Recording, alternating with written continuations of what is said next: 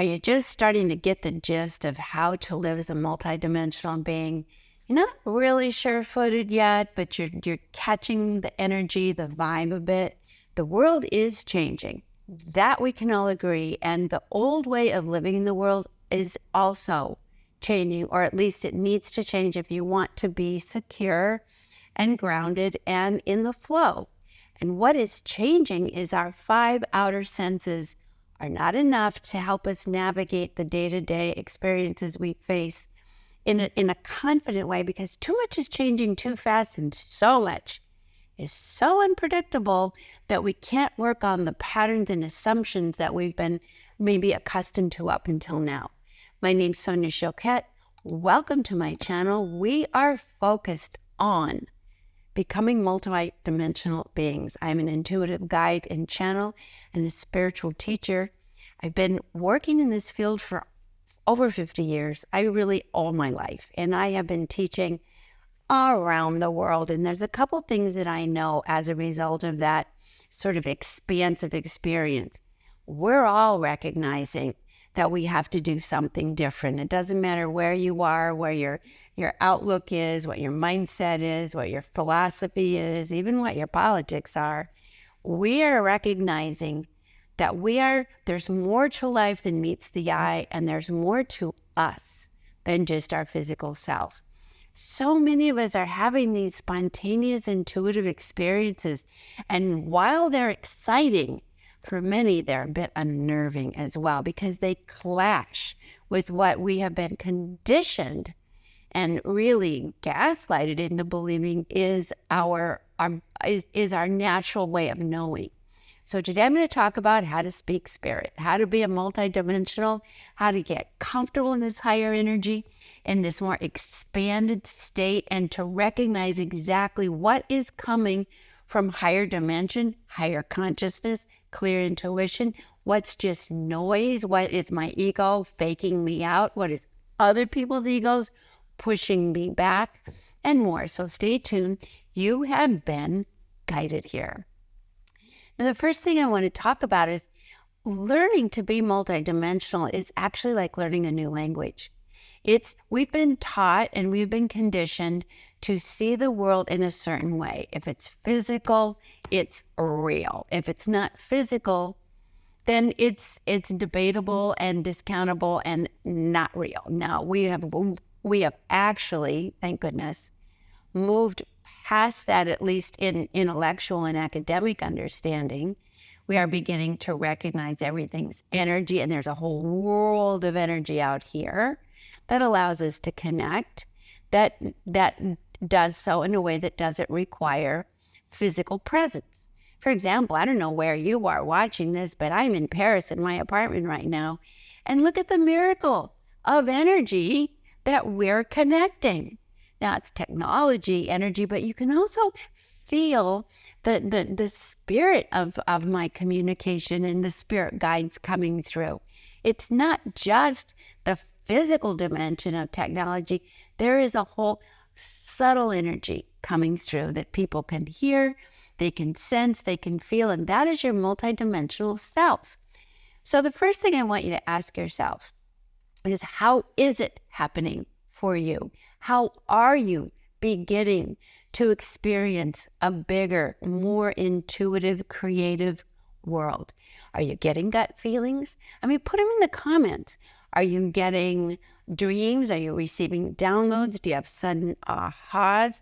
Do you get the hair in the back of your neck standing up? Do you get a strong feeling about stepping back when you're around certain people, or really leaning in when you're around others? Because when we start naming it, we start claiming it. If we don't pause and begin to acknowledge exactly how we are experiencing receiving more energy, we might just let it go by and ignore it and miss the benefit. This is what I have been known to call the woulda, coulda, shoulda club of missed opportunity. People say to me all the time, I felt I shouldn't have trusted her, but in the moment I was just being nice. Or I felt that was a bad idea to get involved in that project, but it would have been unpopular for me to say so. I had a fellow the other day say to me that I was working with. He said, I work in an investment group with a lot of really confident, cocky investors, all between 25 and 40. And they were very excited about all getting involved in this new kind of, sort of, what do you call it? Bitcoin type of thing. And I was kind of railroaded into it. Like, yeah, get in on it. The chance of a lifetime. You need to invest heavily. And my vibe said, don't do it. But I got railroaded into it because I didn't want to be the odd man out and the bad guy. I tried to resist and was mocked. I was told that I was missing my moment, that I was being controlling. I didn't know what I was doing. I was being handed a gift. He said, I invested. It immediately tanked. I don't know if I'll ever recover what I lost, but I knew that I shouldn't have invested, even if maybe it will rebound in 10 years. But emotionally for me, I felt like I betrayed myself.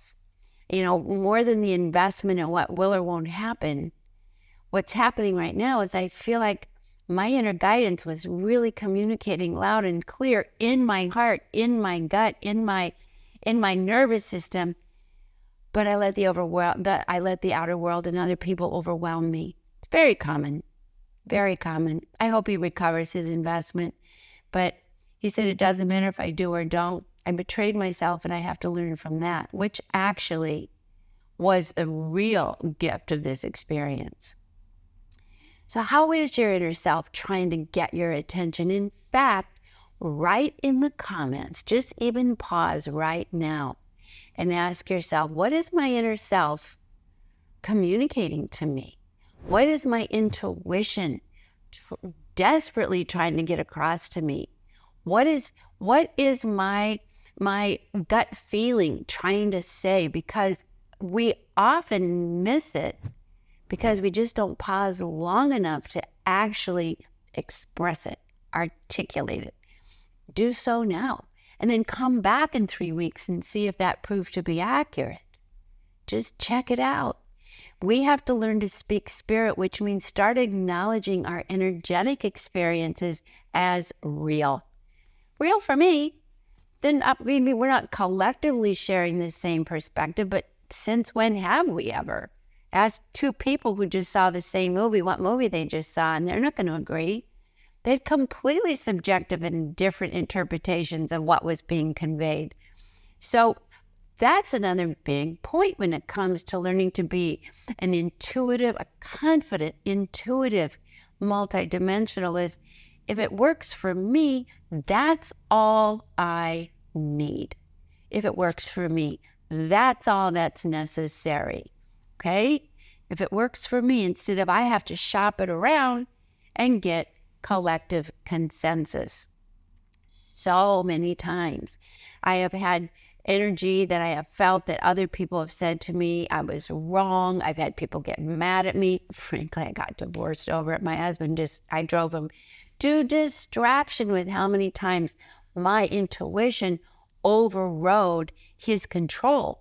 And he took it as a reason to battle with me when I'm just like, look, it's not even about you. I got to go with what I got to go with. Oh, well, worked out for me. I want you to start acknowledging what you feel. Now, this leads us to, I don't know, for a lot of people. And that could very well be true. You may not be in the habit of checking in with how you feel or how you really feel. And I'm not talking about even emotionally, but what you're really sensing may be buried under a mountain of outside noise and your own mental noise. So one of the ways in which to get that mountain off of your intuitive channels is to start acknowledging the noise. I am worried about the economy. I'm worried about my marriage. I'm alone in the world. I hate my job. My body doesn't feel good. Start acknowledging that. And a really good way to do it is just write it down, because it's sort of like empty the garbage, just let it get from in here, which rattles around like a pinball machine gone mad. get that out, put it in the world, put it on paper, and then it's out of you. If you're too lazy to do that, just say it out loud. But you could record it, because when you listen back to it, you can hear and sense the dissonance and the stress and the contraction and the control and the fear.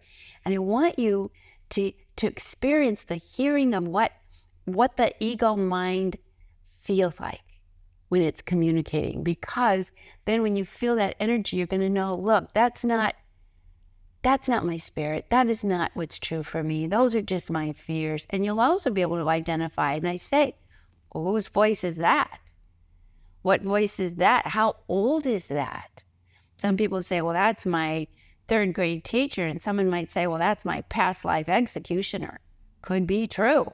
When we kind of investigate and invite our expression, those blocks come up loud and clear and will surprise you. The other thing is to be playful. The ego mind doesn't like to play. It's much too controlling. And that part of you is not intuitive. Being playful, being silly, being spontaneous. I was talking to a guy the other day, one of my clients who I was reading for, and I said, you should dance for 15 minutes a day. And he said, I've taken your courses, and you know what? I will dance for 3 minutes. Then I quit. But it doesn't do much for me.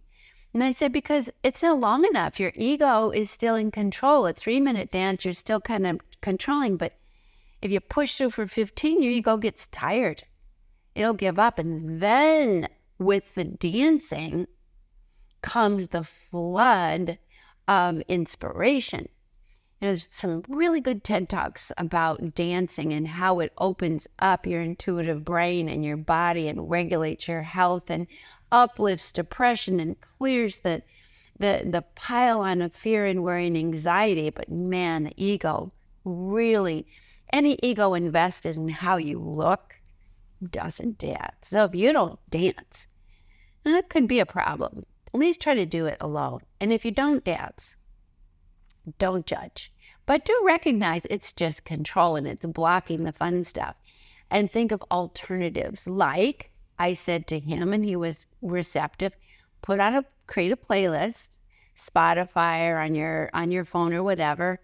And and go for a walk with your playlist on, so it puts a little bit of rhythm in your groove. It gets you out of that obsessive left brain, worry. And if you can, make a list that you want to sing with, because singing opens the throat chakra. It opens this is the chimney to the good stuff, to the joy, to the truth, to the spontaneity, to your guides, to your intuition, to your downloads, to your creativity, to your health. So a playlist that you can sing to. Now, a lot of people have said to me, I don't want to go singing when I'm walking around town.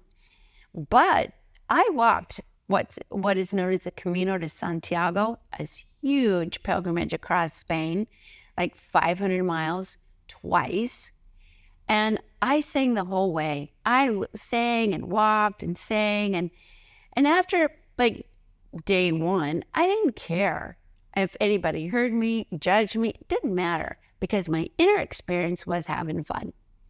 And it healed me, because I went on those Camino walks. I went on those pilgrimages pretty broken. I have a book called Walking Home, if you ever want to hear more about it. Walking Home was very good. And what happened while I was singing is all of a sudden I started downloading my guides. And then they started channeling these incredibly healing prayers. And I heard uplifting prayers to light your way. And I recorded them every day. I would just take my recorder on my phone and just record them. And that turned it into a beautiful, it's a transmitted book from higher guides. So if you need some inspiration, uplifting prayers to light your way. And even better, put on your headphones and go for a walk, long one, singing while you're doing it. In other words, can you see how I'm suggesting we do things way differently, not control, not what I call tight butt syndrome, where you're all tight and you don't want to release, and your jaw's tight and your butt's tight and your heart's tight and you've got the go away sign up and you just can't receive anything. That's the antidote. Do that with me right now, breathing in Open the jaw. Ah. That's the sound of intuition. Aha. So think again about it. Reflect on, more than think. Reflect on, pay attention, notice what kind of intuitions are coming to you. And here's a good one, and I'd like you to write it in the notes. What do you want to know? Where would you like guidance? Your guides are with you. Your higher self is with you. Your creator is with you. The light beings are with you. The joy guides are with you. But you are like, la, la, la, I can't hear you. Shut down and go away. So how are they going to get in? Now, I've been talking about it for a while. They might leave symbols. You might see it on a license plate in front of you. You might see it going by on a bus. It might be flashing at you on a radio or a podcast. They try. Man, they try. I had this image once of all our spirit guides sitting around talking to each other at the end of the day about their success in getting our attention. I saw these angels sitting around saying, did you have any success? Anybody call you? And another angel saying, nobody called me. And another angel saying, well, I got a few calls, but they hung up so fast I couldn't get through. So your friends are here. This is the message of the month. Your friends, your guides, the loving universe, it's here. Waves of light are coming in, but we have to open up to receive them. If you have the mental and emotional go away sign up, or you're so immersed in distraction, you're going to miss it. Now, I've talked to them about this many, many times. I'm going to bring it up again. You can use tools. Like you use a phone to get on a phone, to get the map, to get the you look on the phone for where to go to lunch or dinner, or where to find something, where's the store. We have a different type of phone to get spiritual guidance. It's just as practical. And that's called oracles. Oracles are segues from the conscious mind to the higher dimensions, just like your telephone is a segue between where I am right now and where everything is located in the world that I don't know. Creates a connection. So do oracles. In fact, oracles came first. They're quite old. They're ancient, because the humans knew that we can speak spirit through image. Image is right brain, heart brain, sensation. That's why art is so important. Music is so important. And creativity is so important, because that's the open, I'm listening channel. Whereas if you go to your ego, that's the talking, I'm telling you channel. It's not receptive. So if you have a question, if you have you want direction, just like you want to know where the restaurant is in the unfamiliar town, get your oracle deck out. Shuffle it like this. Just shuffle it like this. You could get any oracle that speaks to you. I've created 10 oracle decks. You can find them on my Hay House and my publisher, hayhouse.com. You can find them on Amazon. They're in all their languages. If you just shuffle, oops, this one jumped out. You shuffle them because what you're doing is you're establishing a connection between your attention, your desire for guidance, and the answer or the direction where that guidance or that solution can be found. And just like when you get on your phone and it's a GPS, it starts giving you directions. I use it all the time when I'm traveling, how to get from here to there, because I like to walk. That's what the oracles do. They give you direction. They don't make the choices for you. That would be no fun. That's like saying, I want to go to the art museum, and the phone says, well, let me go get the art and just reflect some pictures back. Like, well, that's not the same. I want to see and experience the art. So what oracles do, they give you the direction. So when you work with oracles, you just shuffle like this, because the hands are connected to the heart, and you focus in your heart. Where am I available for direction? And you can just think about an issue or a challenge, but do check-ins.